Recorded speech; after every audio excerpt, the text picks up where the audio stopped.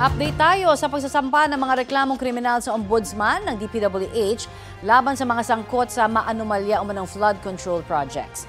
May ulat on the spot si Joseph Morong. Joseph?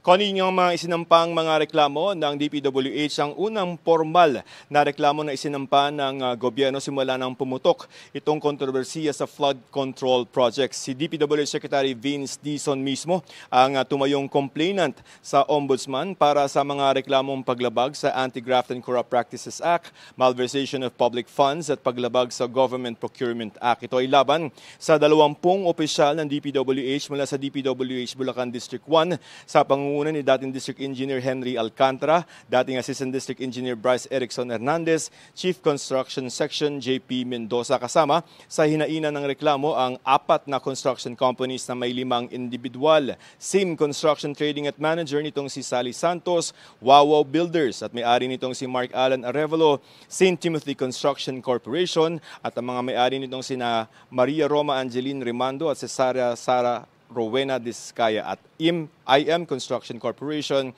at may-ari nitong si Robert Imperio at iba pang mga John at Jane Does. Ayon kay Dizon, non-bailable ang mga reklamo at habang buhay na pagkakabilanggo ang parusa dito.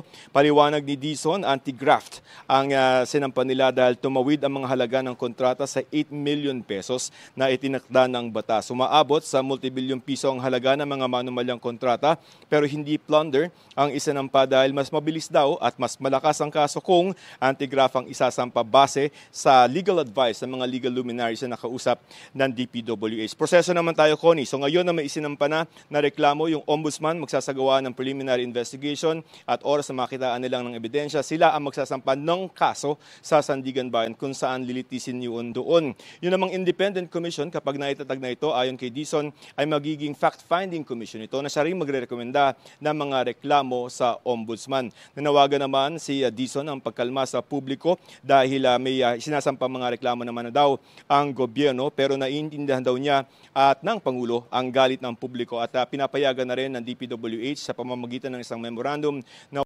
munang mag-uniform ng DPWH yung mga employees dito dahil sa natatanggap nilang mga harassment. Connie. Maraming salamat, Joseph Morong.